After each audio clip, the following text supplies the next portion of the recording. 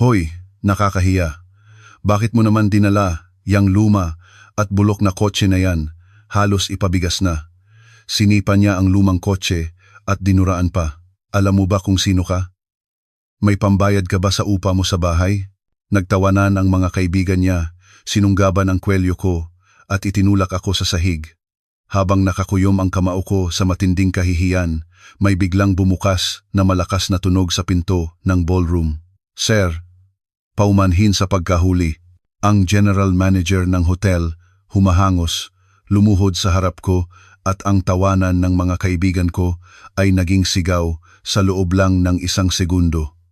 Noong nabunyag ang tunay na pagkatao ko, na akala nila ay si Marco Reyes lang ako, na madaling apihin na ako pala ang ika-5 sa pinakamayamang negosyante sa Pilipinas. Ang CEO ng Reyes Group, ang impyernong reunion na iyon, ay mabilis na naging aking sariling hukuman ng paghuhusga. Bago tayo magsimula, pindutin muna ang subscribe at i-comment kung saan kayo nakikinig at naway mapuno ng swerte ang inyong lugar. Isang lumang Lancer na halos kulay asul na parang madaling araw, ang hirap na umaakyat sa rampa ng hotel. Ang tunog ng makina ay parang matandang hinihingal, binabasag ang katahimikan ng maringal na pasukan ng hotel. Sa upuan ng driver ay nakaupo si Marco Reyes, nakasuot ng luma at kumupas na jacket para sa pag-akyat. Mahigpit na hinawakan ni Marco ang manibela at bumulong. Ama, nandito na ako. Bibisitahin ko ang mga kaibigan ko pagkatapos ng 40 taon. Gusto ko talagang gamitin itong kotse na iniwan mo. Huminto ang Lancer sa harap ng marangyang pasukan ng hotel.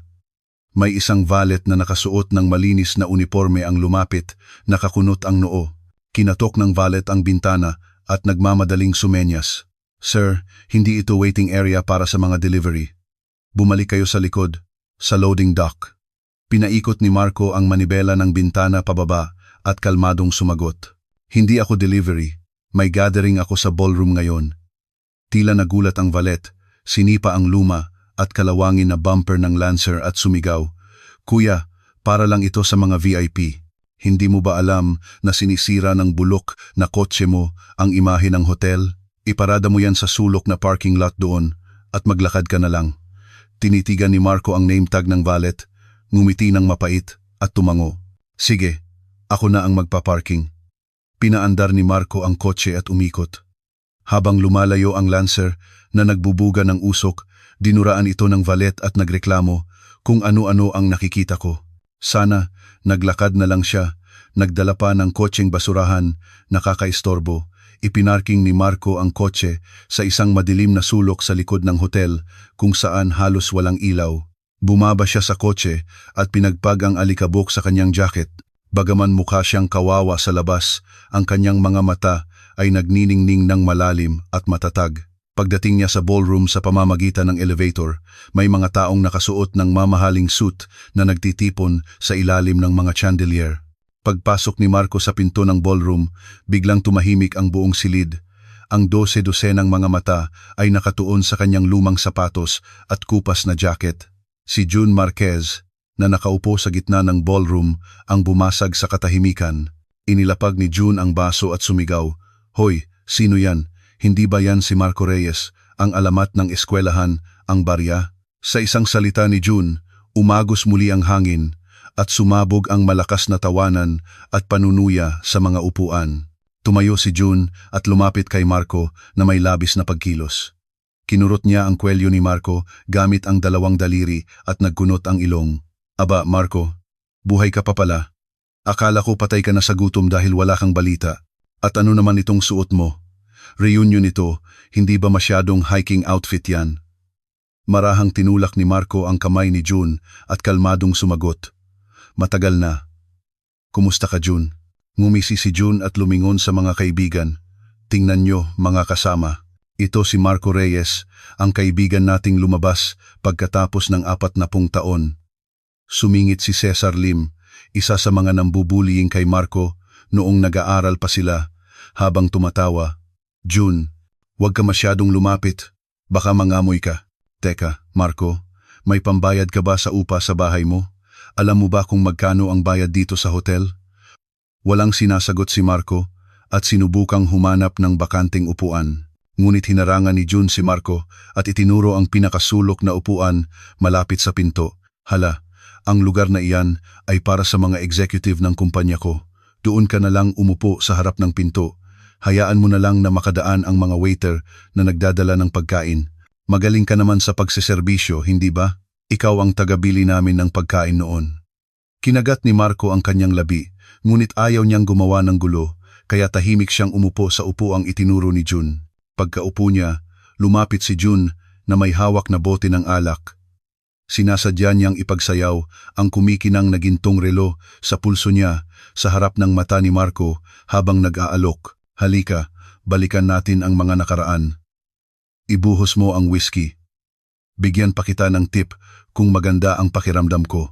Nakatitig lang si Marco sa bote ng alak kaya nagalit si June at inihampas ang bote sa mesa. Hindi mo ba ibubuhos? Nagsimulang tumulong ang mga kaibigan upang mapawi ang galit ni June.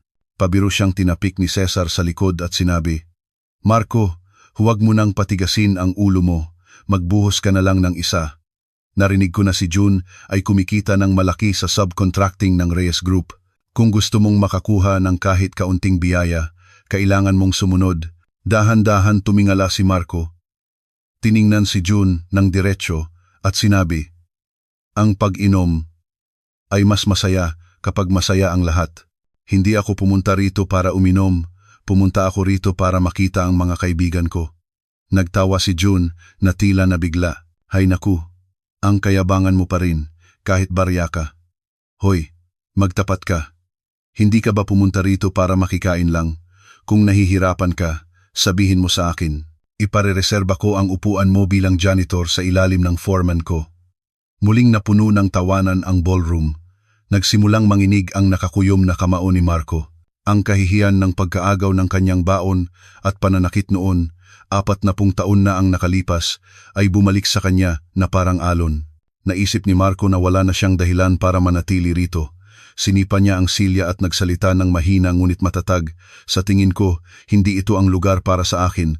Aalis na ako. Tatalikod na sana si Marco at lalabas. Ngunit mabilis na tumakbo si June at hinawakan ang likod ng kanyang lumang jacket. Saan ka pupunta? Hoy, kung pumasok ka rito, kailangan mong sundin ang mga patakaran. Magbayad ka muna bago ka umalis, kahit man lang ang bayad sa setting ng lamesa mo. Marahas na tinulak ni Marco ang kamay ni June at sumigaw, bitawan mo ako. Nagulat sa hindi inaasahang paglaban ni Marco. Napaupo si June sa sahig. Namula ang mukha ni June sa kahihiyan. Hinampas ni June ang sahig at sumigaw, hala, nabaliw na ba itong gung ito? Hoy, tawagin mo ang guard. Kaladkarin niyo ang barya na yan at dalhin sa istasyon ng pulis. Nagsimulang pumalibot si Cesar at ang iba pang kaibigan kay Marco na may masasamang mukha. Na corner, pumikit si Marco at nagbuga ng malalim na hininga. Naramdaman niya ang pagkainis sa sarili na nagtiwala siya sa kanila at nagpunta. Tumayo si June, humihingal at akmang hahawakan ang kwelyo ni Marco. Boom! Marahas na bumukas ang dalawang pinto ng ballroom, tila babagsak na. Sa biglaang ingay, natigil sina June at ang lahat ng gumagawa ng gulo at tumingin sila sa pinto. Pagbukas ng pinto, may mga staff ng hotel na nakaitim na suit ang tumakbo papasok, halatang naguguluhan at pumila sa magkabilang gilid. Sa gitna nila, may isang lalaking nasa edad 40, pawis na pawis ang noo, ang humahangos papasok. Ito si Mr. De La Cruz, ang general manager ng luxury hotel na iyon. Siya ay tumakbo patungo sa isang tao lamang, tila hindi niya nakikita ang magulong tanawin ng ballroom. Marahas niyang tinulak sina June at Cesar at lumapit sa harap ni Marco. At lumuhod siya, yumuko ng 90 degrees at sumigaw ng tila nagmamakaawa, Sir, kung dumating na kayo, sana nag-abiso kayo. Humihingi po ako ng paumanhin at hindi namin kayo nasalubong sa pasukan. Ang malakas na boses ni Mr. De La Cruz ay umalingaw-ngaw sa mataas na kisame ng ballroom. Binitawan ni June ang hawak niyang damit ni Marco. Dahan-dahan inayos ni Marco ang kanyang damit at tiningnan si Mr. De La Cruz na nakayuko pa rin. Ang kanyang mga mata ay hindi na tulad ng isang kawawang matanda na inaapi kanina. Ang nakakakilabot na aura ng CEO ng Reyes Group, ang ikalima sa pinakamayamang negosyante sa Pilipinas, ay nanggaling sa buong katawan ni Marco. Sir. Ang isang salita na lumabas sa bibig ni Mr. De La Cruz ay parang isang nuclear bomb. Ang maingay na ballroom ay biglang tumahimik, tila binuhusan ng malamig na tubig, at ang baso na nadulas sa kamay ni June ay nahulog sa sahig at nabasag. Ang matalim na tunog lamang ng basag ang bumiyak sa katahimikan, ngunit walang sinuman ang nakakilos. Lahat sila ay nakatingin lang kina Mr. De La Cruz at Marco. Si Mr. De La Cruz, ang general manager ng hotel, ay nanginginig pa rin, yumuyuko ng 90 degrees. Ang pawis na tumutulo sa kanyang noo ay bumasa sa sahig. Sir, kung nag-abiso lang kayo, naghintay sana ako sa harap. Paumanhin at naabala namin kayo sa ganitong lugar. Dahan tumayo si Marco at inayos ang kanyang damit. Wala na ang hitsura ng kawawang matanda na sinunggaban ang kwelyo kanina. Tiningnan niya si Mr. De La Cruz nang may malamig na mata at mahinang nagsalita. Mr. De La Cruz, masyado kang malakas magsalita. Nagulat ang mga kaibigan ko.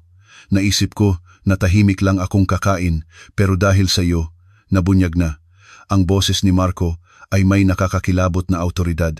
Nagulat si Mr. De La Cruz at mas lalo pang yumuko. Paumanhin po. Nagulat po ako nang makita ko ang sasakyan niyo sa parking lot. Noong sandaling iyon, lumapit si June na tila nang hihina. May pilit na tawa, hindi siya makapaniwala kaya hinawakan niya ang balikat ni Mr. De La Cruz. Kuya, baka nagkakamali kayo. Kaibigan ko yan. Marco Reyes ang pangalan niyan. Sobrang mahirap yan noong high school, kaya ang nickname niya ay Barya. Nagkakamali po kayo ng tingin. Sinubukan ni June na itanggi ang sitwasyon, ngunit nanginginig ang boses niya. Marahas na tinulak ni Mr. De La Cruz ang kamay ni June at nagalit. Hoy! Paano ka basta nalang humahawak? Siya si Mr. Marco Reyes, ang may-ari ng hotel at ang CEO ng Reyes Group. Sa tingin mo ba, biro lang ang CEO ng Reyes Group? Sa sigaw ni Mr. De La Cruz, umatras si June na tila na kuryente. Noong oras na iyon, nagsimulang takipan ng bibig ang iba pang kaibigan. May isang kaibigan ang bumulong. Hala, ngayon ko lang nakita sa balita, bihira siyang lumabas. Pero kamukha siya ng malabong larawan noon. Ibig sabihin, ang CEO ng isang malaking kumpanya ay nagmaneho ng lumang Lancer. Naging puting papel ang mukha ni Cesar at nawalan siya ng lakas kaya napaupo siya. Gusto niyang tahiin ang sarili niyang bibig dahil sa panunuyan niya kay Marco kanina. Ang hangin sa ballroom ay mabigat dahil sa takot at gulat. Dahan-dahan lumapit si Marco sa harap mismo ni June. Tumingala si June kay Marco, hindi man lang makahinga. Marahang pinagpag ni Marco ang suit ni June at nagsalita ng mahinahon, ngunit may sting. June, sinabi mo kanina, nabibigyan mo ako ng trabaho bilang janitor sa kumpanya mo. Valid pa ba ang alok mo? Nanginginig ang labi ni June. Nilunok niya ang kanyang laway at nauutal. Marco, Sir, ano po ang sinasabi niyo? Nagbibiro lang po ako. Biglang nagbago ang ekspresyon ni Marco, naging malamig. Tiningnan niya si June na parang predator na may biktima. At nagpatuloy, Biro, narinig ko na maraming subcontracting ang kumpanya mo sa construction ng group namin. Pero, ang isang CEO na humuhusga sa tao, sa panlabas lang at umaapi sa mahina, ligtas ba ang mga gusaling ginagawa niya? Nag-aalala ako doon. Ang salita ni Marco ay tumusok sa puso ni June na parang isang kutsilyo. Noong oras na iyon, naunawaan ni June ang bigat ng sitwasyon. Kung mawawalan siya ng subcontract sa Reyes Group, siguradong malulugi ang kumpanya niya. Hindi na pinansin ni June ang kanyang reputasyon at bigla siyang lumuhod. At nagsimula siyang umiyak. Hinawakan ang lumang pantalon ni Marco. Sir, nagkasala po ako. Bulag po ako at hindi ko kayo nakilala. Pakiusap, bigyan niyo ako ng isa pang pagkakataon. Baka lang po lasing ako at nabaliw. Ang hitsura ni June na nagmamakaawa habang inuuntog ang ulo sa sahig ay sobrang nakakaawa. Nawala na ang kayabangan niya kanina. Nag-iwas ng tingin ang mga kaibigan, hindi man lang makahinga, baka tamaan sila ng gulo. Tiningnan ni Marco si June na nakahawak sa binti niya nang may tingin ng pagkasuklam. Umatras siya ng isang hakbang at tinulak ang kamay ni June.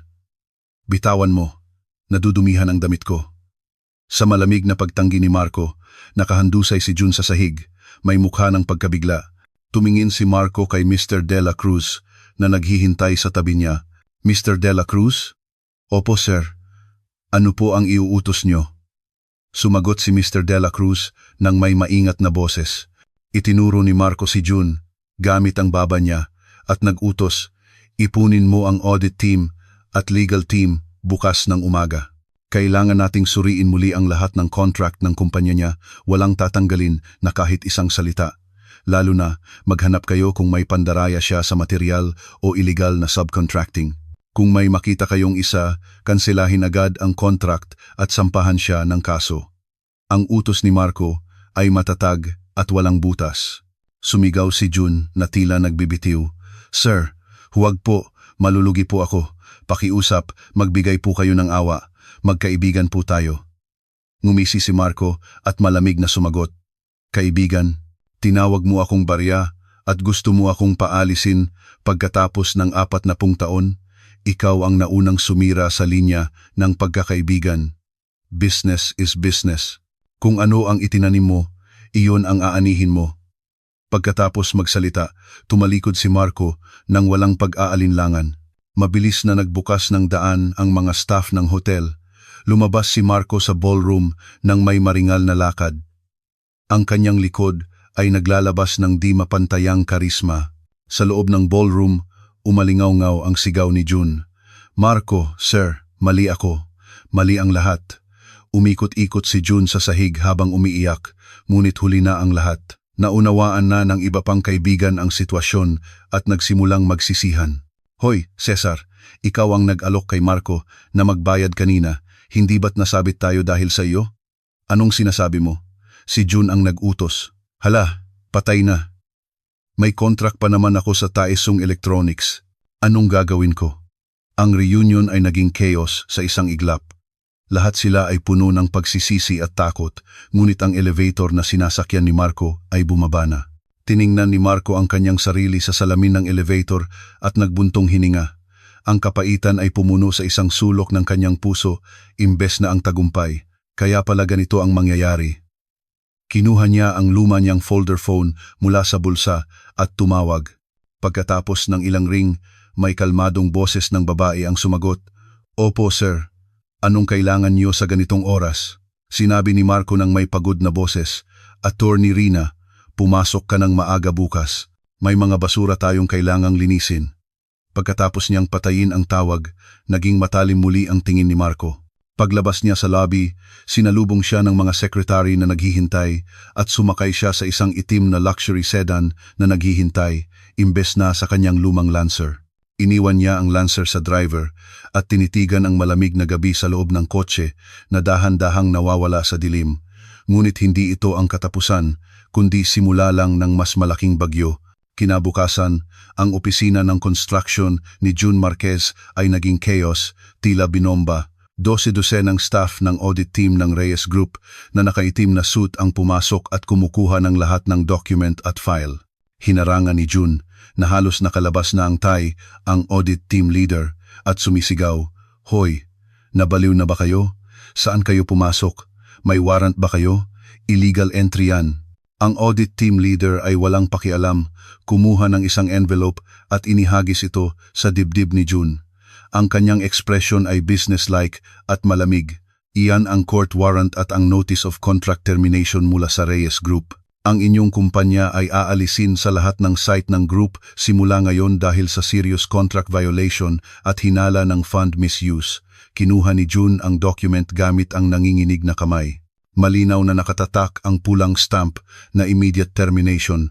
Sinira ni June ang document at sumigaw, iyan ay invalid.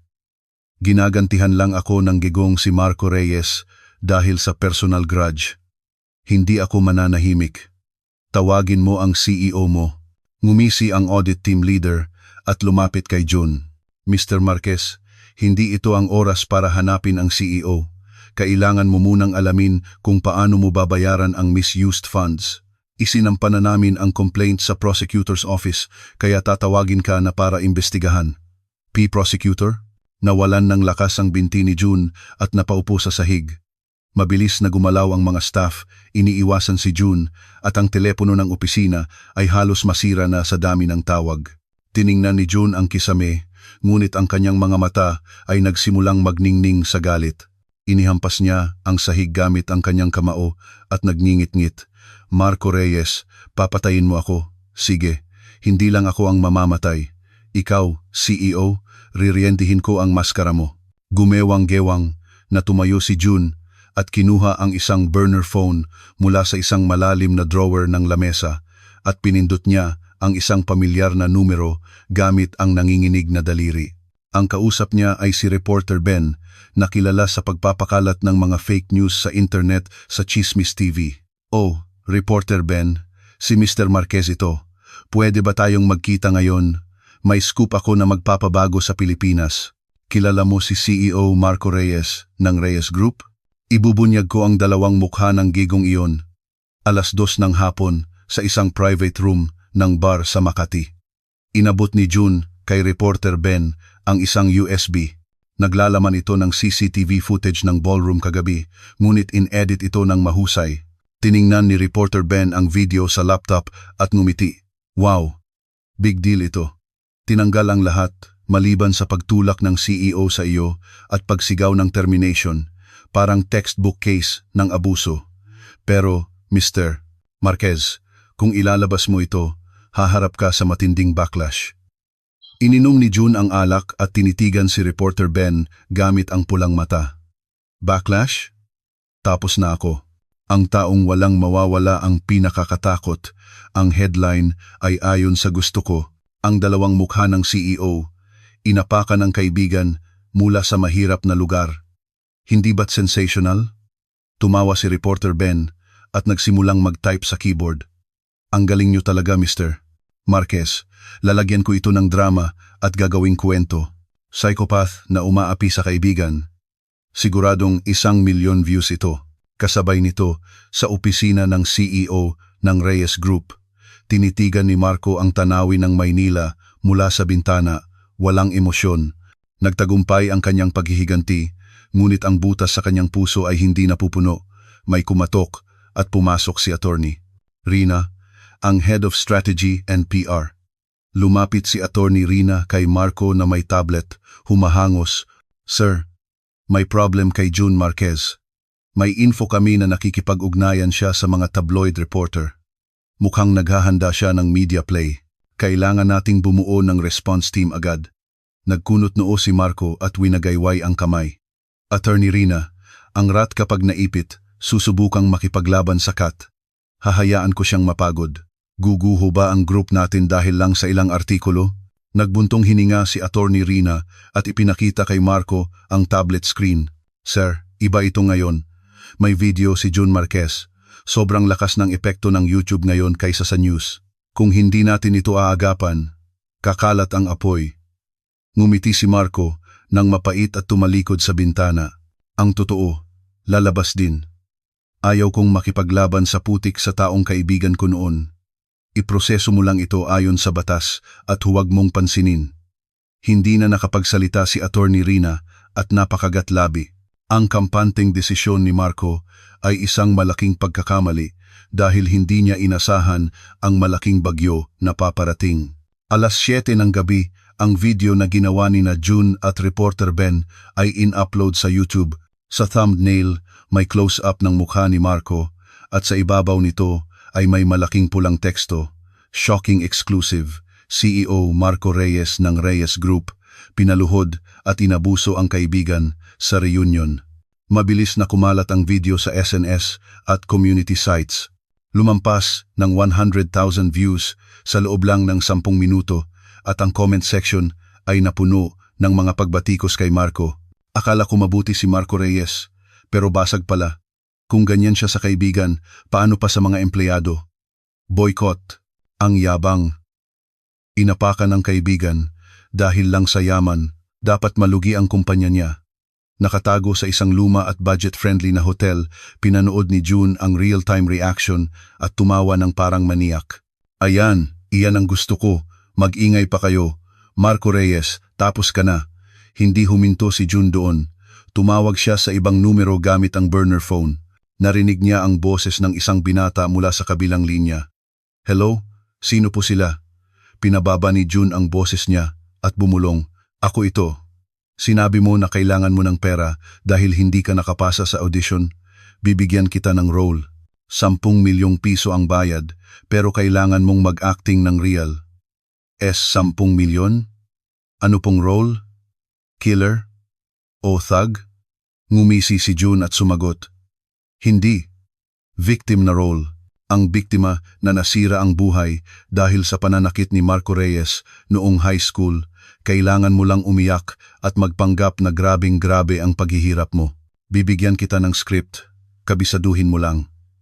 Pinatay ni June ang tawag at bumulong sa sarili habang nakatingin sa salamin ng hotel.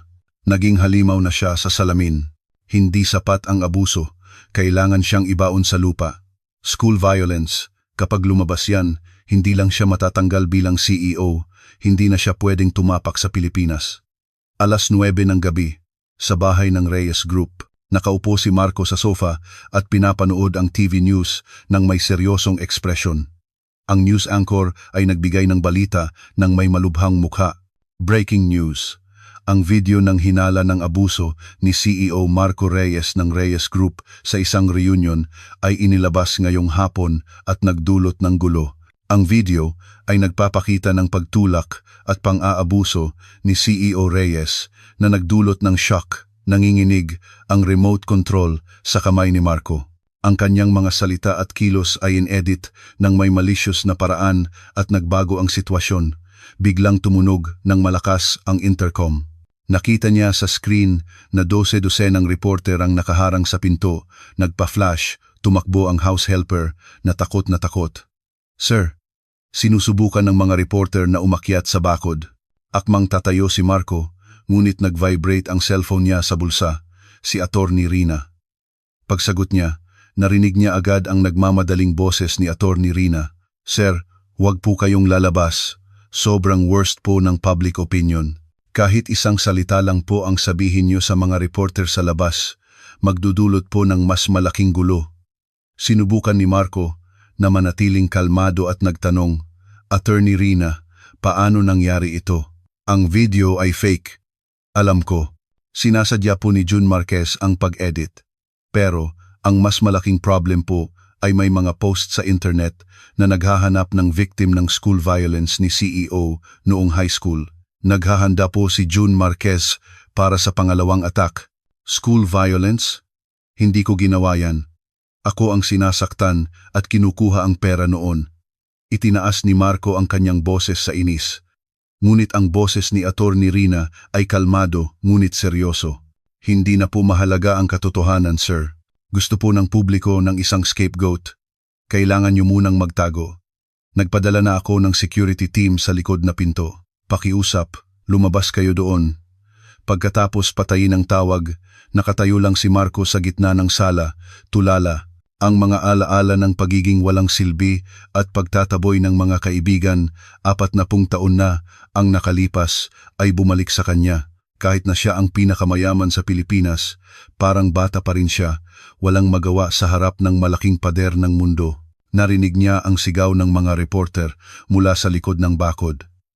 CEO Reyes, inaamin niyo ba ang abuso? Magso-sorry ba kayo sa victim? Nagbuntong hininga si Marco at isinuot ang sombrero. Iniwan niya ang sala, na pinatay ang lahat ng ilaw at tumakbo sa likod na pinto na tila tumatakas. Narinig niya ang tunog ng lahat ng itinayo niya na gumuho na parang buhangin. Ngunit hindi niya alam noon kung ang naghihintay sa kanya sa dulo ng kawalang pag-asa ay pagbagsak o paglipad na bago. Iniwan ni Marco ang mga flash ng kamera at sigaw ng mga reporter at pinaandar niya ang Lancer. Ang kanyang mukha na nakatakip ng itim na sombrero ay mas madilim pa kaysa sa gabi. Matapos magmaneho sa loob ng mahabang oras, papalabas sa Maynila, ang tanawin sa labas ng bintana ay nagbago, naging luma at mabababang gusali. Dumating si Marco sa isang wet market na puno ng alaala ng kanyang kabataan na tinatawag na huling slum ng Maynila. Bumaba si Marco sa kotse at nilanghap ang amoy ng market, pamilyar ngunit kakaiba. Ang amoy ng isda, ng linga, at ang ingay ng mga tao ay nagpakalma sa kanyang nag-aalalang puso. Kumulo ang tiyan ni Marco na hindi kumain buong araw. Naglakad siya papasok sa market na parang nabighani at huminto sa harap ng isang lumang sign. Lutong bahay mami at lugawo. Ang puting usok na lumalabas sa luma at sliding door ay tila nagpapainit sa malamig na katawan ni Marco. Maingat niyang binuksan ang pinto at pumasok. Tuloy po kayo. Umupo po kayo kung saan kayo komportable. Sa malakas na boses mula sa kusina, nagulat si Marco at tumingala. Ang init ay nanatili, bagaman ang boses ay mas malakas na ngayon. Umupo si Marco sa isang sulok na lamesa at tinitigan ang likod ng babae na abalang naghahanda ng lugaw, si Mina Garcia, na may permed hair at floral apron. Sumakit ang puso ni Marco. Ang dalagitang may maikling buhok, na lihim na nagbibigay sa kanya ng sandwich noong wala siyang baon noon, ay naroon. Lumabas si Mina na may hawak na mangkok at nagkatinginan sila. Namilog ang mata ni Mina. Nakalimutan niya ang mangkok at mabilis na lumapit kay Marco. Mabilis na isinuot ni Marco ang sombrero, ngunit hindi niya maiwasan ang matalas na tingin ni Mina. Aba, sino yan? Baka si Marco. Marco Reyes, hindi ba? Dahan-dahan tumingala si Marco. Hindi na siya CEO o fugitive na inakusahan, kundi isang kaibigan na nakaramdam ng kagalakan at hiya. Sumagot si Marco ng may paos na boses. Mina, matagal na. Kumusta ka? Inilapag ni Mina ang tray sa tabi at hinawakan ang kamay ni Marco. Magaspang at malapad ang kamay. Ngunit mainit ang init. Hay naku, anong nangyayari? 40 taon na, hindi ba? Buhay ka pala. Akala ko patay ka na sa gutom, kaya plano ko nang mag-alay sa iyo. Hala, bakit ka mukhang patpat? Kumakain ka ba? Tinatrato ni Mina si Marco bilang ang Barya Marco Reyes. 40 taon na ang nakalipas, hindi ang CEO na nasa balita. Namula ang mata ni Marco. Hindi siya makapaniwala na may isang tao na tatanggap sa kanya bilang tao sa panahong lahat ng tao ay nagtuturo at naglalait sa kanya. Sinabi ni Marco nang may nanginginig na boses, "Nagutom lang ako, kaya napadaan ako." Tinapik ni Mina ang likod ni Marco at tumawa ng malakas. "Buti at napadaan ka. Ngayon ang araw na nagluto ako ng masarap na baboy. Handaan kita ng special. Huwag kang aalis, umupo ka lang dyan. Huwag kang mag-alala, libre na." Si Mina ay pumasok sa kusina habang kumakanta. Pagkatapos ng ilang sandali, isang malaking mangkok ng lugaw na may maraming karne at atsara ang inilagay sa harap ni Marco. Pinunasan ni Mina ang kanyang kamay sa apron at umupo sa harap ni Marco. "Oh, kumain ka na. Mas masarap yan kapag mainit pa. Kumain ka naman noon ng napakasarap." Kinuha ni Marco ang kutsara, ngunit nasamid siya at hindi niya malunok ang sabaw. Pagkalunok niya ng mainit na sabaw, nawala ang tensyon sa tiyan niya at halos maiyak siya. Kumuha si Marco ng isang malaking kutsara ng lugaw at nagtanong, "Nandito ka lang ba palagi?" Naglagay si Mina ng atsara sa kutsara ni Marco at sumagot, "Oo, saan pa ba ako pupunta? Maagang namatay ang asawa ko at naging abala ako sa pagpapalaki sa mga bata. Pero dahil sa tindahan na ito, nakapag-aral sila sa kolehiyo at nakapag-asawa na lahat. Ikaw, anong ginawa mo? Mukhang nag-hiking ka, mukhang easy life ka ah." Hindi masabi ni Marco na siya ang CEO ng Reyes Group. Tumango lang siya ng tahimik at kumain ng lugaw. Biglang tumunog ng malakas ang breaking news jingle sa lumang TV sa pader. Ang malakas na boses ng anchor ay pumuno sa maliit na tindahan. Breaking news. Si CEO Marco Reyes ng Reyes Group na nasangkot sa abuse scandal sa reunion ay umalis sa kanyang bahay at nawawala. Samantala, kumakalat ang mga post sa internet na nag-aakusa sa kanya ng school violence noong high school na nagdudulot ng gulo. Natigil ang kutsara ni Marco.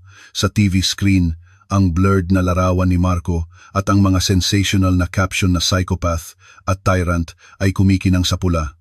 May mga lalaking umiinom ng alak sa tabi na umiling habang nanonood ng TV. Hay naku, ang mayayaman talaga. Inaabuso ang kaibigan at nagbubuhos ng alak. Walang hiya. Oo nga, dapat siyang tanggalin sa CEO post. Anong silbi ng maraming pera kung walang hiya? Dinuraan ng mga lalaki ang sahig at nagbigay ng masasamang salita kay Marco. Yumuko si Marco na tila isang nagkasala at mas isinuot pa ang sombrero. Bilis ng tibok ng puso niya at pinawisan ang likod niya. Ang takot na mabunyag ang kanyang pagkatao ay nagpabigat sa kanya. Tiningnan ni Mina ang TV at si Marco at naging seryoso ang ekspresyon niya. Tumayo siya at kinuha ang remote control ng TV. Hay naku, nakakawala ng gana ang balitang ito. Palitan ko nga ng channel. Ngunit pinigilan siya ng lalaki na umiinom ng alak. Huwag, Ale. Panoorin natin kung mahuhuli siya. Bagay lang sa kanya, dapat siyang makulong para matuto. Noong sandaling iyon, inihampas ni Mina ang sandok sa lamesa. Sobrang lakas ng tunog kaya umalingaw-ngaw sa buong tindahan. Nagulat ang mga customer at tiningnan si Mina. Tiningnan ni Mina ang mga customer nang may matapang na tingin na kahawak sa baywang. Kuya, tapos na kayo magsalita? Kung kumain lang kayo, kumain na lang kayo ng lugaw at umalis. Bakit nyo nilalait ang ibang tao? Ang hirap pakinggan. Sumagot ang isang customer na nagulat. Ano? May sinabi ba kaming mali? Nasa balita, ang CEO na si Marco Reyes ay isang jigo. Nagalit si Mina at lumapit sa harap ng customer. Balita? Kung nasa balita, totoo na? Nakilala niyo ba siya? Nakakain niyo ba siya? Hinawakan ni Marco ang apron ni Mina at pinigilan. Mina, tama na. Tama sila. Sige na, lumabas tayo. Tinulak ni Mina ang kamay ni Marco at mas itinaas pa ang boses. Anong tama? Hoy, Marco Reyes, tumingala ka. May kasalanan ka ba? Bakit ka nakayuko? Sa pagbanggit ni Mina ng pangalan ni Marco, namilog ang mata ng mga customer. Tumutok ang lahat ng tingin sa matanda na nakasuot ng luma at hiking outfit sa sulok. Hinubad ni Mina ang sombrero ni Marco at sumigaw. Siya si Marco Reyes, ang CEO sa balita. Abuso, school violence, tatawa ang aso. Namangha ang mga customer at tiningnan si Marco. Ikumpara ang larawan sa TV sa matanda sa harap nila. Tumayo ang isang customer na nanginginig. Totoo, si CEO Marco Reyes nga. Humarap si Mina sa mga customer at matapang na nagsalita. Kaklase ko siya sa high school sa loob ng 3 taon. Siya yung walang baon at umiinom lang ng tubig. Pero matatag ang pride niya, hindi siya nagnakaw at pinoprotektahan niya ang mga inapi. Ganyan siya. School violence, huwag kayong magpatawa. Ang katahimikan ay bumalot sa lugaw shop. Wala silang sinabi. Natatakot sa matapang na tingin ni Mina.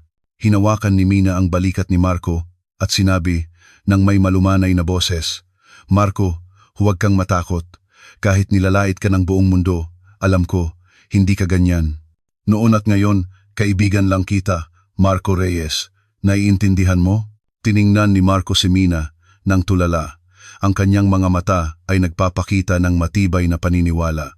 Ang paniniwalang iyon ay ang totoong comfort na hinahangad ni Marco na hindi nabibili ng bilyon-bilyong pera. Tumulo ang malalaking luha sa mata ni Marco, kumalat sa lugaw. Kinagat niya ang kanyang nanginginig na labi at tumango. Salamat Mina, sobrang salamat. Pinunasan ni Mina ang luha ni Marco gamit ang apron at ngumiti. Huwag kang umiyak, kumain ka na. Lumaban ka gamit ang lakas ng pagkain.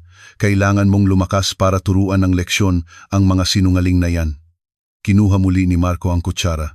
Bagaman malamig na ang lugaw, mas mainit at matamis pa ito kaysa sa anumang gourmet meal.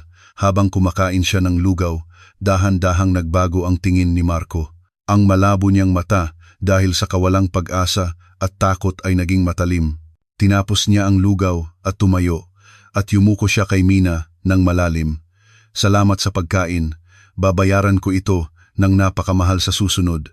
Winagayway ni Mina ang kamay niya at sumagot, huwag na, maghugas ka na lang ng plato kapag bumalik ka. Isinuot ni Marco ang sombrero at binuksan ang pinto ng lugaw shop. Malamig pa rin ang hangin, ngunit may mainit na apoy sa kanyang puso. Binuksan ni Marco ang kanyang cellphone at tinawagan si Attorney Rina. Bago pa mag-ring, narinig na niya ang nagmamadaling boses ni Attorney Rina. Sir, nasaan po kayo? Nagkakagulo na. Nagbigay ng utos si Marco ng may malakas na boses. Attorney, Rina, maghanda ka ng press conference agad. Ibalik ang lahat. Ngunit, Sir, kung lalabas kayo ngayon, hindi ba't iisipin na, harapin natin, bukas ng alas 9 ng umaga sa main auditorium, tawagin ang lahat ng media. Ibabaliktad ko ang plano ni June Marquez. Pinatay ni Marco ang tawag at tinitigan ang night view ng Maynila sa dilim. Sa likod niya, ang mainit na ilaw ng lugaw shop ay nagsilbing lighthouse. Nagsisimula na ang totoong laban. Kinabukasan, alas 9 ng umaga, ang main auditorium ng Reyes Group ay parang battlefield. Daan-daang reporter ang nakapila at ang flash ng kamera ay nagpaputi sa loob. Sa entablado, may banner na nakasulat, Public Apology and Statement. Ang kapaligiran ay parang court na handang parusahan ang nagkasala, hindi isang lugar para tumanggap ng apology. Pagkatapos ng announcement ng host, lumabas si Marco sa entablado. Nakasuot siya ng itim na suit, hindi ang hiking outfit, ngunit ang collar ay luma. Nagsimulang umulan ng tanong ang mga reporter. Sir, inaamin niyo ba ang abuso sa kaibigan niyo? Bakit kayo tahimik sa hinala ng school violence? Hindi nag-alala si Marco sa mga tanong, tumayo siya sa gitna ng entablado. Inilagay niya ang script sa bulsa, hinawakan ang mic gamit ang dalawang kamay, at nagsimulang magsalita. Magandang umaga. Ako po si Marco Reyes, ang CEO ng Reyes Group. Una po sa lahat, humihingi po ako ng taos-pusong paumanhin sa lahat ng Pilipino dahil sa nangyari. Lumabas si Marco sa gilid at yumuko ng malalim at ang tunog ng shutter ng kamera ay parang machine gun. Bumalik si Marco sa mic at kalmadong nagpatuloy, kahapon, binisita ko ang mga kaibigan ko pagkatapos ng 40 taon, gamit ang lumang Lancer na minana ko sa aking namayapang ama. Marami ang nagtanong, bakit nagmamaneho ng ganoong lumang kotse ang isang CEO? Nagpapanggap ba siya? Ito ay para hindi ko malimutan ang aking kahirapan. Naniniwala ako na sa pamamagitan ng pag-alala sa sakit ng pagiging wala at gutom, hindi ko gagamitin ang yaman ko ng iresponsable. Sa gathering ng mga kaibigan, hindi ko kailangan ng autoridad ng isang CEO. Gusto ko lang lumapit bilang kaibigan, si Marco Reyes. Ang taos-pusong boses ni Marco ay bumihag sa mga nakikinig. Ngunit may isang reporter sa harap ang matalim na nagsalita. Ang gaganda ng salita nyo, pero sa video, tinulak nyo at ininsulto ang kaibigan nyo, hindi ba? Paano nyo ipapaliwanag yan? Akmang sasagot si Marco, ngunit sumingit si attorney, Rina, na nakahanda sa entablado. Ipapa-explain ko ang bahaging iyon. Ang video na ipapalabas namin ngayon ang magsasabi ng lahat ng katotohanan. Pakitingnan ang screen. Sa senyas ni attorney, Rina, umilaw ang malaking screen. Ang video na pinalabas ay hindi ang edited version ni June, kundi ang original CCTV footage ng ballroom. Sa video, malinaw na ipinakita na si June ang naunang ng insulto kay Marco, pumilit sa kanya na magbuhos ng alak at sinubukang sunggaban ang kanyang kwelyo. Ang boses ni June ay malinaw na narinig, Hoy, sino yan? Barya Marco Reyes, hindi ba? Magbayad ka muna bago ka umalis. Nagulat ang mga reporter. Ang auditorium, na puno ng tunog ng typing, ay napuno ng buntong hininga at masasamang salita. Wow, si June ang naunang nagsimula. Evil editing pala, si CEO Reyes ang victim. Pagkatapos ng video, kinuha muli ni Attorney Rina ang mic. Tulad ng nakita nyo, si CEO Marco Reyes ay ininsulto, ngunit sinubukan pa rin niyang manatiling magalang. Ang video na ipinalabas ni June Marquez ay isang manipulated video na tinanggal ang context. Mabilis na nagbago ang public opinion. Ang YouTube comment section ay napuno ng mga pagbatikos kay June. Matagumpay ang press conference. Huling yumuko si Marco sa publiko at umalis. Ang kanyang likod ay hindi na fugitive, kundi isang maringal na leader.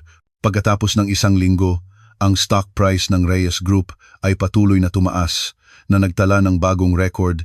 Sinamantala ni Marco ang pagkakataon na ito at inanunsyo ang pagtatatag ng isang malaking scholarship foundation para sa mga mahihirap na kabataan na nagpapabago sa imahe ng kumpanya. Ngunit ang pinakamalaking kagalakan ni Marco ay hindi ang pagtaas ng stock o ang papuri. Naglaan siya ng oras sa kanyang abalang schedule at nagmaneho sa wet market gamit ang lumang Lancer. Si Mina, na nagtanggal ng apron at nagsuot ng makulay na scarf, ay naghihintay sa labas ng tindahan. Ibinaba ni Marco ang bintana at ngumiti ng nahihiya. "Kumusta, madam? Ako na po ang driver niyo ngayon." Nagkunot noo si Mina at sumakay sa passenger seat. "Wow, ang CEO pa mismo ang nagmamaneho. Karangalan ko. Pero may aircon ba ang kotse na yan?" "May mas malamig pa kaysa sa aircon, ang hangin." Tumawa sila na parang bata at nagmaneho patungong Manila Bay. Binigyan ni Marco si Mina ng canned coffee mula sa convenience store at umupo sila sa bench. Tinitigan nila ang sunset sabay at tahimik na nagsalita si Marco. "Mina, kung wala ka noon, baka gumuho na ako. Salamat at pinaniwalaan mo ako noong lahat ay nagtuturo sa akin." Sinipsip ni Mina ang coffee at sumagot ng walang pakialam, "Huwag ka nang magdrama, hindi nagpapasalamat ang magkaibigan. At dahil sa iyo, sikat na ang lugaw shop ko." Lugaw shop na iniyakan ni CEO Marco Reyes. Mahaba ang pila. Maingat na inilagay ni Marco ang kanyang kamay sa kamay ni Mina. Ang dalawang kamay na may marka ng mahabang panahon ay nagdikit. "Masaya akong nakita kitang muli. Madalas tayong magkita, kumain at magpahangin." Namula ang mukha ni Mina at ngumiti. Hindi siya tumanggi. "Sige na, kung boring ka. Pero ikaw ang magbayad sa pagkain." Iyon ang pinakamapayapa at masayang sandali sa buhay ni Marco. Nalutas ang lahat ng hindi pagkakaintindihan. Ang kanyang minamahal na kaibigan ay nasa tabi niya at ang mundo ay pumapalakpak muli sa kanya. Ngunit ang kaligayahang iyon ay ang katahimikan bago ang bagyo. Kasabay nito, sa visiting room ng QC Jail, si June Marquez na may mahabang balbas ay kumakain ng rice and beans mula sa tray. Ang TV news ay nakabukas sa pader. Tiningnan niya ang lawyer sa likod ng salamin. Naubos na ang pera niya dahil sa contract termination at lawsuit, ngunit matalim pa rin ang tingin niya. "Lawyer, handa na ba ang lahat? Sigurado ba ang balita ngayong gabi?" Ang lawyer ay tiningnan ang document ng may nag-aalalang ekspresyon. "Mr. Marquez, sigurado po ba kayo? Masyadong risky ito. Kung mabunyag na false ito, may additional charge pa ng false testimony. Doble ang sentence niyo." Inihampas ni June ang salamin at bumulong ng may boses ng manyak. "Wala akong pakialam. Tapos na ako. Hindi ko kakayanin na makita si Marco Reyes na masaya. Kung pupunta ako sa hell, sasama siya. Ilabas mo yan." Pagkatapos ng utos ni June, may tumawag sa TV network. At 9:09 ng gabi, sa balita, nang dumating si Marco at Mina sa bahay at inaayos ang tie niya. Sa ilalim ng TV screen, may breaking news na may pulang teksto. Ang anchor ay may seryosong expression. "Mga viewer, may shocking news kami. Si CEO Marco Reyes ng Reyes Group na recently cleared sa abuse scandal ay inakusahan ng mga victim ng school violence noong high school. Ang mga testimony ng mga victim ay specific at shocking. Nadulas ang tie mula sa kamay ni Marco. Nagbago ang screen at nagpakita ng blurred na mga binata na umiiyak. Nakayuko. Sila ay mga aspiring actor na binayaran ni June. Si CEO Reyes ay isang demon. Araw-araw, hinihila niya ako sa restroom, sinasaktan at kinukuha ang pera ko. Hanggang ngayon, naiihi ako sa kama dahil sa alaala. Ang isa pang fake victim ay umiiyak. Ipinakita ang isang scar sa braso niya. Nakikita niyo ba ang scar na ito? Ginawa yan ni Marco Reyes gamit ang cutter. Ang ganyang tao ay CEO? Nababaliw na ang mundo. Pakiusap, parusahan niyo siya. Ang kanilang acting ay perfect. Naguluhan muli ang mga viewer. Hindi maaaring i-fake ang CCTV footage, ngunit ang luha at scar ng victim ay mukhang totoo. Nahirapan si Marco huminga at hinawakan niya ang dibdib niya. Anong sinasabi nila? Hindi ko ginawa yan. Ako ang sinaktan at kinunan ng pera. Ngunit hindi pinakinggan ng mundo ang explanation ni Marco. Ang malaking galit, na mas malaki pa kaysa sa abuse scandal, ay kumalat sa Pilipinas. Dahil school violence ang issue, ang cellphone ni Marco ay nagring ng baliw. Text message ito para sa board meeting. Sa pinakamasayang sandali, nahulog muli si Marco sa hell Naging madilim ang kanyang paningin at umikot-ikot ang mundo. Ang boses ng anchor ay gumimbal sa Pilipinas. Sa TV screen, may fake victim na may blurred na mukha, na may nanginginig na kamay. Ipinakita ang isang medical certificate. Siyempre, fake iyon, in-edit ni June. Ngunit para sa mga viewer, ito ay malinaw na evidence. Nakikita niyo ba ang certificate na ito? Naitala na nabali ang rib ko dahil sa pananakit. Hindi tao si CEO Marco Reyes, isa siyang halimaw. Sa sigaw ng fake victim, hinigpitan ni Marco ang hawak niya sa remote control. Sa tunog na crack, nabali ang plastic remote. Sumigaw si attorney, Rina, natakot na takot. Sir, kumalma kayo. Show lang yan. Alam nating si June Marquez ang nasa likod niyan. Bumulong si Marco, gamit ang nanginginig na labi. Ako ang halimaw? Rib ko? Hindi ko sila sinaktan. Ako ang kinunan ng pera at sinaktan. Paano sila nagsisinungaling nang hindi man lang kumikurap? Ngunit malupit ang mundo. Ang plano ni June Marquez ay tumama sa psychology ng publiko. Ang internet community at SNS ay naging battlefield agad. G-go si June Marquez, pero hindi rin malinis si Marco Reyes. Magkasama sila noon. School violence perpetrator na CEO. Nakakatakot. Umiiyak ang victim. Hindi siguro nagsisinungaling. Boycott Reyes Group muli. Ang mga taong sumisigaw ng cool CEO Marco Reyes ay biglang tumalikod at nagbigay ng batikos. Hindi mahalaga ang katotohanan, kailangan lang nila ng sensational na issue. Kasabay nito sa isang high-end Japanese restaurant sa Makati. Si Mr. Choi, ang pangalawang executive ng Reyes Group at leader ng opposition, ay umiinom ng alak ng may lihim ng ngiti. Sa harap niya ay nakaupo ang executive ng rival construction company.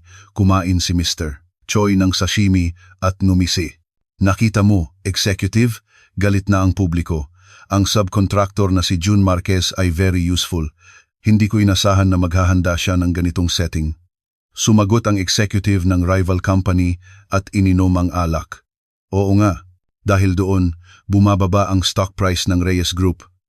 Nagbenta kami ng maraming stock bago magsara ang market ngayon at kumalat ang takot. Bukas, half price na lang yan. Tumawa si Mr. Choi at ininom ang alak. Magaling. Sobrang galing. Si CEO Marco Reyes. Masyado siyang dictator. Nagtapon siya ng bilyon-bilyon sa scholarship foundation nang walang board approval. Kailangan siyang tanggalin sa CEO post ngayon. Ang owner risk ay sapat na dahilan. Kung ganun, ikaw na po ang susunod na CEO? Kung susundin natin ang flow, ganyan ang mangyayari. Cheers! Sa pagbagsak ni Marco Reyes, nagdikit ang kanilang mga baso, may malinis at masayang tunog, ngunit puno ito ng maitim at pangit na pagnanasa. Kinabukasan, ang headquarters ng Reyes Group ay parang funerary house.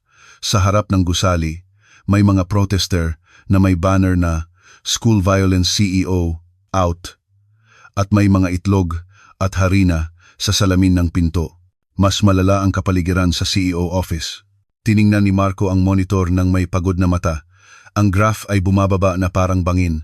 Biglang bumukas ang pinto at pumasok ang mga board member sa pangunguna ni Mr. Choi. Walang katok, isang rude visit. Nagkunot noo si Marco at nagtanong, Mr. Choi, anong ginagawa niyo? Walang report. Nakaarmas si Mr. Choi at nang insulto, Sir, hindi ito ang oras para umupo at magbasa ng report. Hindi niyo ba nakikita ang pagbagsak ng stock price? 2 trillion ang nawala sa market cap sa isang araw. 2 trillion. Inihampas ni Marco ang lamesa at tumayo. Ito ay conspiracy. Ginawa yan ni June Marquez. Alam niyo na hindi ako ganoong tao. Ngunit ngumisi si Mr. Choi. Anong mahalaga sa katotohanan? Ang mahalaga ay bumagsak ang imahe ng kumpanya dahil sa inyo. Paralyzed na ang business dahil sa tawag ng mga shareholder. Magdesisyon na kayo. Nanginginig ang tingin ni Marco. Desisyon? Anong ibig mong sabihin? Kinuha ni Mr. Choi ang isang envelope mula sa kanyang bulsa at inihagis sa lamesa. Nakasulat sa labas ng envelope, Notice of Emergency Board Meeting Agenda, CEO Marco Reyes Removal. Naging puting papel ang mukha ni Marco. Nagsasagawa ba kayo ng coup? Lumapit si Mr. Choi kay Marco at bumulong ng malamig. Coop, desisyon ito para iligtas ang kumpanya. Sir, sa totoo lang, matanda na kayo, oras na para mag-retire ng marangal. Sa halip na maimbestigahan at mapahiya sa TV dahil sa school violence, mas maganda kung mag-resign kayo dahil sa kalusugan. Iyan ang paraan para mapanatili ang pride nyo. Nagalit si Marco sa pagtataksil. Ang kanilang pagkilos ay hindi naiiba kay June Marquez. Itinuro ni Marco si Mr. Choi gamit ang nanginginig na daliri. Umalis kayo, umalis. Hindi ako aalis hanggat hindi ako patay. Innocent ako, kumpanya ko ito. Umiling si Mr. Choi at tumalikod. Hemp. Matigas pa rin ang ulo. Sige, sundin natin ang batas. Bukas sa emergency board meeting tayo magkita. Hindi na kayo maglalakad palabas, kundi kakalad ka rin. Umalis ang mga board member at naiwan si Marco at Attorney Rina sa office. Umiyak si Attorney Rina at lumapit kay Marco. Sir, ayos lang ba kayo? Hindi sumagot si Marco. Hinawakan niya ang kanyang dibdib, sumakit ang kanyang puso at hindi siya makahinga. Ang takot at kawalang magawa na naramdaman niya noong nasa sulok siya ng classroom, 40 taon na ang nakalipas, ay bumalik. Pagtataksil ng kaibigan, witch hunt ng publiko at pagre-rebelde ng mga executive ang mga shock ay dumating ng parang alon. Napasigaw si Marco sa sakit, lumabo ang kanyang paningin at umikot-ikot ang kisame. Sir, sir! Ang sigaw ni Attorney Rina ay malayo sa kanyang pandinig. Bumagsak ang katawan ni Marco sa sahig. Sa huling sandali ng kanyang kamalayan, naisip ni Marco, matatapos na ba ito? Mamamatay ako nang hindi man lang nasasabi na innocent ako. Ang balita ng pagbagsak ni Marco ay mabilis na kumalat, ngunit ang media ay walang awa pa rin. Ang main page ng internet news ay may sensational headline, CEO Marco Reyes nag-collapse. Dahil sa investigasyon ng prosecutor, nagpapanggap na may sakit. Ang labas ng hospital room ay napuno ng mga paparazzi na naghahanap ng sensational picture, hindi reporter na naghahanap ng katotohanan. Samantala, sa lugaw shop ni Mina, isinara ni Mina ang pinto at tinitigan ang TV. Ipinapakita ng screen ang hitsura ni Marco na may oxygen mask dinadala sa stretcher. Tumulo ang luha ni Mina. Masasamang tao, dapat kayong parusahan. Namamatay na ang tao, show pa. Sinuntok ni Mina ang kanyang dibdib. Naiinis siya at nahihirapan. Naalala niya ang sinabi ni Marco noong nasa Manila Bay sila. Kung wala ka noon, gumuho na ako. Pinunasan ni Mina ang luha niya at nagsalita sa sarili. Hindi ako papayag na gumuho siya. Kilala ko si Marco. Poprotektahan ko siya. Binuksan ni Mina ang aparador sa sulok ng tindahan. Naglagay siya ng ilang damit sa bag. Ang kanyang mga mata ay seryoso. June Marquez at kayong mga walang hiya. Tatanggalin ko ang maskara niyo. Kung hindi sila maniniwala sa alaala at testimony, ipapakita ko sa kanila ang evidence na hindi nila matatakasan. Kinuha ni Mina ang bag at umalis sa tindahan. Magaspang ang paghila niya sa shutter. May papel na nakadikit sa shutter. Temporary closed. Aalis para iligtas ang isang tao. Sumakay si Mina sa taxi. Driver, sa Cubao Station po. Bilisan nyo. Opo. May emergency po ba? Tiningnan ni Mina ang labas ng bintana at sumagot. Opo. Buhay ng kaibigan ko ang nakasalalay.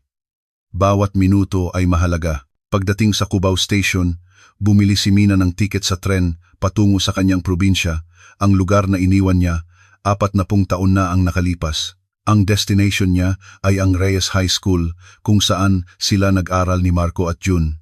Habang nakasakay sa tren, kinuha ni Mina ang isang lumang notebook mula sa kanyang bulsa. May note na nakalagay doon, mula kay Marco, ang seatmate niya noon. Mina, salamat. Kapag nagtagumpay ako, bibili ako ng masarap na pagkain para sa iyo. Kinagat ni Mina ang kanyang labi habang pinapasa ng note na may childish handwriting. Hintayin mo, Marco Reyes. Ibubunyag ko ang lahat ng katotohanan mo. Kaya bayaran mo ako ng napakamahal na pagkain noon. Ang tren ay umandar sa dilim patungo sa timog. Si Marco ay nasa hospital bed, nakikipaglaban sa kamatayan at ang kumpanya niya ay nasa panganib na kainin ng mga executive, ngunit ang hope ay hindi pa nawawala. Sa loob ng lumang tren, ang isang key para sa katotohanan ay gumagalaw ng tahimik ngunit sigurado, nagsisimula pa lang ang laban ni Mina. Sa loob ng archive room ng Reyes High School, na puno ng amoy ng mildew at alikabok, si Mina, nakasuot ng mask, ay nakikipaglaban sa bundok ng mga document box. Ang pawis ay tumutulo sa kanyang noo at bumabasa sa maalikabok na sahig. Pakiusap, lumabas ka. Nasaan ka? Walang kuryente sa archive room na halos isasara na, kaya umasa si Mina sa ilaw ng cellphone para hanapin ang mga document. Ang kanyang daliri ay madumi na, ngunit hindi siya huminto. Ito na ang ikalimang oras na naghahanap siya sa mga file ng 1985, ngunit hindi niya makita ang hinahanap niya. Biglang may nakita siyang isang lumang kahon ng noodles na nakatago sa sulok. Nakasulat sa labas, For Disposal Guidance Office. Labas, binuksan ni Mina ang kahon gamit ang nanginginig na kamay.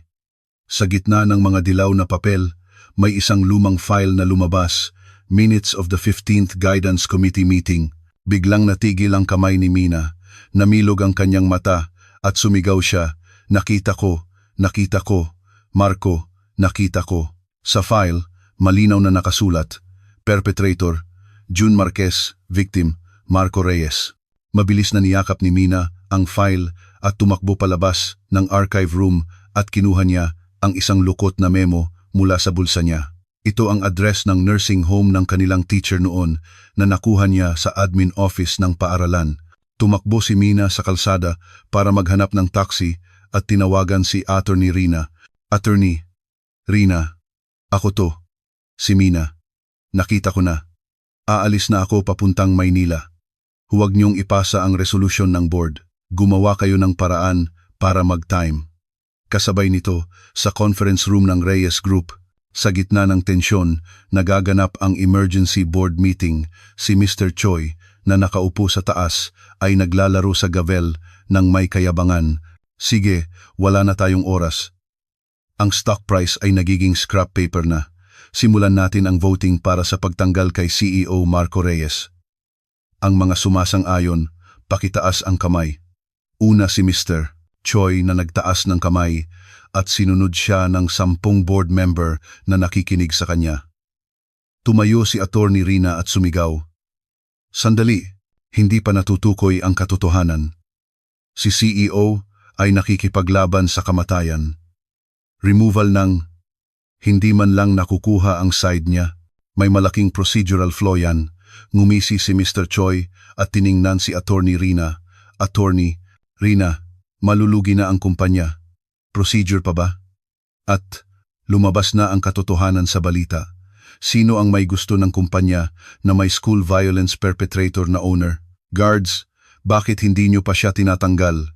Habang lumalapit ang mga guard kay Attorney Rina, binuksan niya ang laptop sa lamesa at sumigaw. Huwag nyo akong hawakan. May mahalagang witness na darating. Hindi pa huli para mag-vote pagkatapos mapanood ang video na ito. 3 minuto lang. Tingnan niyo muna at magdesisyon. Ang mga board member ay nagbulungan, natatakot sa tapang ni Attorney Rina. Umiling si Mr. Choi at tiningnan ang wristwatch niya. Sige, 3 minuto lang. Walang excuse pagkatapos niyan. Pinindot ni Attorney Rina ang video call button gamit ang nanginginig na kamay.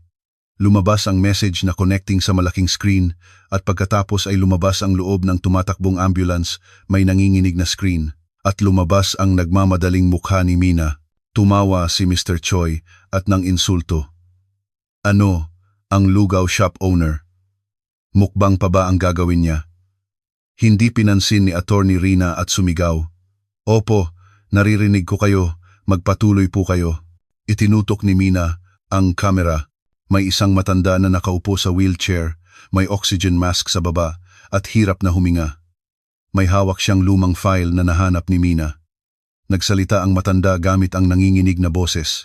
Ako si Mr. Kim, ang teacher ng grade 9 noong 1985 ng Reyes High School. Biglang tumahimik sa conference room. Ipinakita ng matanda ang file sa kamera gamit ang buto-butong daliri. Ito ang original minutes ng Guidance Committee. Malinaw na nakasulat, Si June Marquez ay kinaladkad si Marco Reyes sa bodega, binugbog, kinuha ang pera at nasuspinde ng walang hanggan. Nagulat ang mga board member at tumayo. Ang document sa screen ay dilaw na dahil sa 40 taon, ngunit ang seal ng principal at ang handwritten apology ni June Marquez ay malinaw. Umiyak ang matanda at nagpatuloy. Si Marco Reyes ay mahirap, ngunit siya ang pinakamabait at masipag na student. Si June Marquez ang leader na nang-aapi kay Marco. Ako ang witness. Isinusumpa ko sa aking teaching career. Naging maitim ang mukha ni Mr. Choi. Nagulat siya at sumigaw. Fake. Saan niyo nakuha ang fake document na yan at ginawa ang scam na yan? Ngunit hindi pa tapos ang video. Kinuha ni Mina muli ang kamera at sumigaw ng may seryosong ekspresyon. Ang broadcast na ito ay live sa buong mundo sa YouTube. June Marquez, nanonood ka ba? Sabihin mo sa mga fake victim mo na wala ang pangalan nila sa document na ito. Malalaman nila kung gaano kadelikado ang false testimony. Noong sandaling iyon, ang TV news sa sulok ng conference room ay nagbago ng screen. Breaking news, fake victim na, nag-akusa ng school violence, nag-confess sa live social media dahil nabayaran. Ang isa sa mga fake victim na binayaran ni June Marquez ay natakot sa live broadcast ni Mina at nag-confess. Sa TV screen, isang lalaki na walang blur ang umiiyak at nagmamakaawa. Sorry, binayaran ako ni June Marquez ng 10 milyon at binasa ko lang ang script. Hindi ako sinaktan ni CEO Marco Reyes. Ayaw kong makulong. Naging chaos ang conference room. Ang mga board member na akmang magvo-vote para sa removal ay nagtinginan at dahan-dahang binaba ang kamay. Lumapit si attorney Rina kay Mr. Choi at ipinakita ang laptop. Hi, muntik na tayong magkamali. Walang hiya talaga si June Marquez. Simula pa lang nagtiwala ako kay CEO. Si Mr. Choi ang nag-udyok sa akin. Ang lami excuses ay pumuno sa conference room, ngunit malamig silang pinansin ni Attorney Rina at kinuha ang cellphone. Mr. Choi, nakita nyo? Ito ang katotohanan. Tatanggalin nyo pa ba ang CEO? Ito ay pagiging katuwang sa conspiracy. Walang masabi si Mr. Choi. Nahulog niya ang gavel at naupo. Tumawag si Attorney Rina. Opo, hospital? Kumusta na po si CEO? Kasabay nito sa VIP room ng hospital ng Reyes Group. Si Marco ay nakasandal sa bed at pinapanood ang lahat ng ito sa TV. Ang kanyang doktor at nurse ay nagbuntong hininga. Basa ang mata ni Marco at nanginginig ang kamay niya na may IV needle. Mina, Sir Kim. Hindi niya malilimutan ang hitsura ni Mina na umiiyak para sa kanya sa ambulance. Palagi niyang inisip na ang pera at kapangyarihan ang magpoprotekta sa kanya, ngunit ang nagligtas sa kanya sa huling sandali ay isang lumang document at ang sinseridad ng kanyang kaibigan. Bumukas ng maingat ang pinto at pumasok si Mina na humahangos, puno ng alikabok at pawis. May hawak siyang lumang file na parang treasure. Akmang tatayo si Marco sa bed, ngunit tumakbo si Mina at pinigilan siya. Hoy, humiga ka. Saan ka pupunta? Patient ka. Hinawakan ni Marco ang kamay ni Mina. Tumulo ang mainit na luha sa kanyang mata. Mina, pasensya na. At salamat. May utang ako sa iyo habang buhay. Umiyak din si Mina at sinuntok ang dibdib ni Marco. Walang hiya ka. Alam mo ba kung gaano ako nag-alala? Sinabi ko na huwag kang mamatay. Paano ka mamamatay nang hindi mo maipagtanggol ang sarili? Bobo. Niyakap nila ang isa't isa at umiyak na parang bata. Ang hospital room ay napuno ng tunog ng kanilang pag-iyak, ngunit ito ay iyak ng kagalakan at ginhawa. Pagkatapos umiyak, nagbago ang tingin ni Marco. Pinunasan niya ang luha niya at tiningnan si Attorney Rina ng may malamig at matatag na boses. Attorney Rina, ipunin mo ang audit team agad. Opo sir, hindi pa kayo magaling. Ang matalim na tingin ay lumabas sa mata ni Marco. Alam ko ang katawan ko. Ang mas kailangan ay linisin ang mga daga na nagtangkang saksakin ako sa likod, sina Mr. Choi at ang mga executive na kasali sa coup. Tanggalin mo silang lahat at ang may embezzlement o corruption, kasuhan mo sila. Clear? Opo, sir. Tumango si Attorney Rina at umalis. Tiningnan ni Marco si Mina muli at ngumiti. Mina, sandali lang. Kapag nalinis na ang lahat, kumain tayo ng masarap na pagkain. Suminghot si Mina at sumagot ng sasi. Hindi ako kakain kung hindi mahal. Humanda ka. Sa labas ng bintana, tumigil ang ulan at ang sikat ng araw ay lumabas sa ulap. Ang sikat ng araw ay nagbigay ng liwanag sa hospital room, parang spotlight para sa bagong future ni Marco. Ngunit hindi pa tapos ang lahat. Ang huling judgment para kay June Marquez at sa mga internal enemy na nakipagsabuatan sa kanya ay naghihintay sa courtroom ng Maynila. Ang katahimikan ay bumalot sa loob. Si June Marquez, nakasuot ng blue uniform, ay nakatayo sa defendant's box, mukhang mas matanda ng 10 taon. Ang kanyang messy hair at pagod na mata ay nagpapakita na wala na ang autoridad niya noon. Inayos ng judge ang glasses niya at binasa ang verdict. Ang defendant na si June Marquez ay hindi nagsisisi sa kanyang mga pagkakamali, kundi nagpakalat pa ng false information para sirain ang reputasyon ng iba. Binayaran niya ang iba para mag-testify ng false at nagnakaw ng corporate funds na nagpapakita ng masamang karakter. Ang court na ito ay nagbibigay ng sentence na 7 taon na pagkakakulong kay June Marquez. At inuutusan din na huwag siyang lalapit sa victim at kumpiskahin ang lahat ng misused funds. Bang, bang, bang. Sa tunog ng gavel, sumigaw si June at sinubukang tumalon sa judge. Judge, 7 taon, masyadong unfair. Innocent ako, bigyan niyo ako ng awa. Ngunit mabilis na hinawakan ng mga guard ang braso ni June. Habang hinihila siya palabas, sumigaw si June sa gallery. Marco Reyes, hindi mo ito dapat ginawa sa akin. Magkaibigan tayo. Paano mo ako ikukulong? Walang hiya ka. Sa pinakahuling hilera ng gallery, nakaupo si Marco, nakasuot ng malalim na sombrero at tahimik siyang nanonood. Nagtanong si Attorney Rina, "Sir, ayos lang po ba kayo?" Tumayo si Marco at sumagot ng kalmado, "Ang nagkasala ay dapat parusahan. Kalmado ang pakiramdam ko.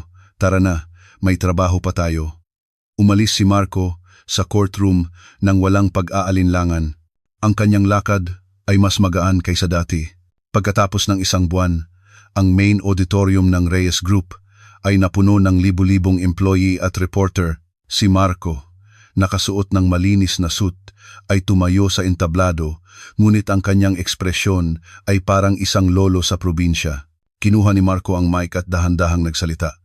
"Mga minamahal na employee at Pilipino, ngayon mag-resign na ako bilang CEO ng Reyes Group." Nagkagulo sa loob. Nagpa-flash ang mga reporter at nagbulungan, ngunit ngumiti si Marco at nagpatuloy. "Natutunan ko sa incident na ito, ang nagpoprotekta sa kumpanya ay hindi ang autoridad ng CEO kundi ang sincerity at trust. Ngayon, ipagkakatiwala ko ang future ng kumpanya sa mga professional manager at babalik ako bilang isang pribadong tao," si Marco Reyes. Kinamayan ni Marco ang Head of Professional Managers. Ang malakas na palakpakan ay pumuno sa auditorium. Umiyak ang ilang employee dahil sa lungkot. Huling yumuko si Marco sa mga employee, "Salamat sa pagtitiwala sa akin. Kayo ang tunay na owner ng Reyes Group." Pagkatapos ng retirement ceremony, bumalik si Marco sa CEO office para kunin ang kanyang mga gamit. Mga diary at family picture frame lang. Nakabantay si Attorney Rina sa pinto, umiiyak. "Sir, aalis na talaga kayo?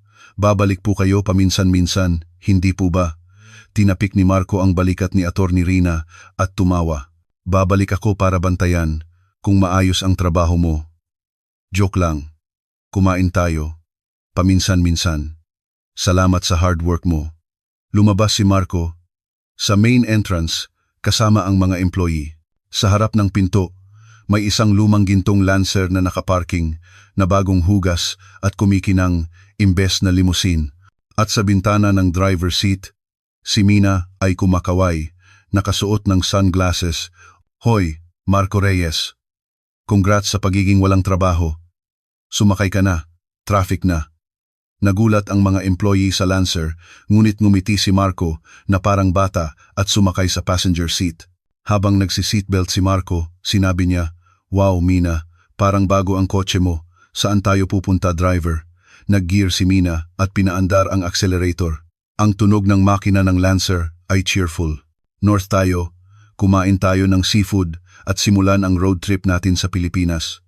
Ikaw ang magbayad ng gas gamit ang retirement fund mo. Yes, ubusin natin.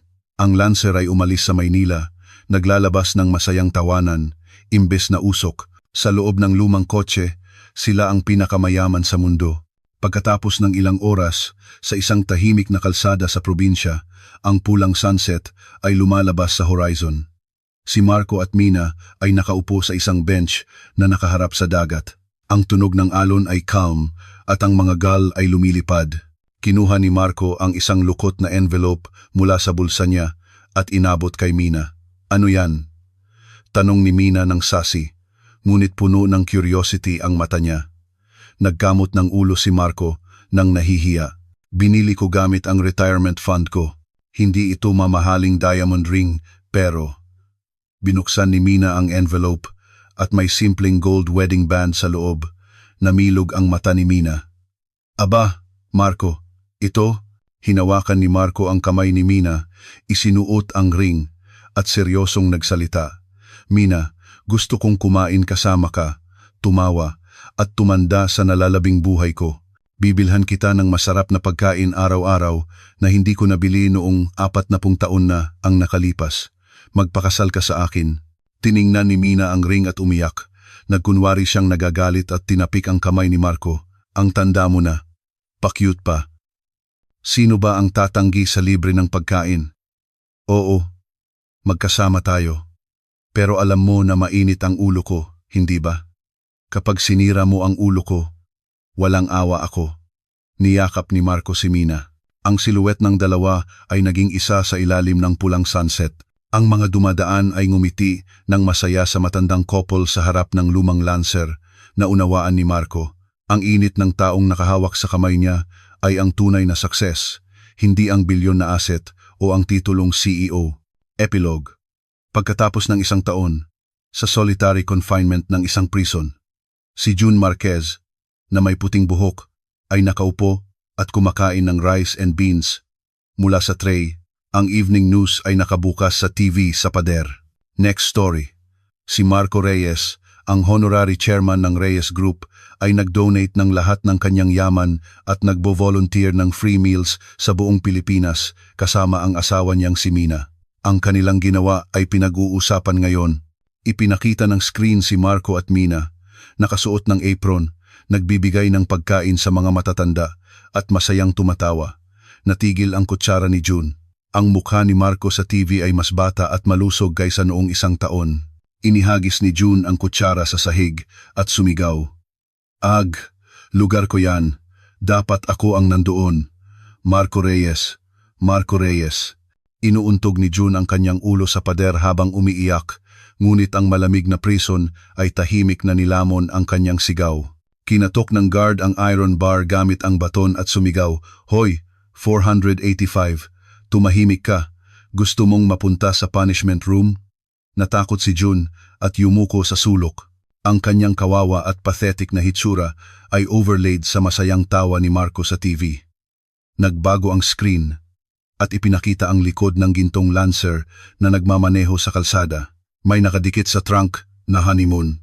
Ang tragic end ni June Marquez na humuhusga sa tao sa panlabas lang ay satisfying talaga, hindi ba? Samantala, ang huling picture ni na CEO Marco Reyes at Mina na masayang ngumingiti sa loob ng lumang kotse ay nagbigay ng malalim na impact sa atin. Ang tunay na mayaman ay hindi ang may maraming pera sa bangko, kundi ang taong makakasama ang kanyang minamahal at tumawa. Ang pera at fame ay maaaring mawala na parang mirage, ngunit ang genuine relationship at warm memories ay ang support na magtataguyod sa ating buhay. Mayroon ba kayong isang tao na tulad ni Mina na nagtitiwala sa inyo ng walang kondisyon? Kung nakakaranas kayo ng injustice at hirap ngayon, sana tumayo kayo na tulad ni CEO Marco Reyes. Huwag niyong kalimutan na ang katotohanan ay lalabas at ang justice ay magtatagumpay. Sana ang kwento ngayon ay naging refreshing para sa inyo. Saan kayo nakikinig ngayon? Pindutin ang subscribe at i-comment. At magpapasalamat ako sa inyo.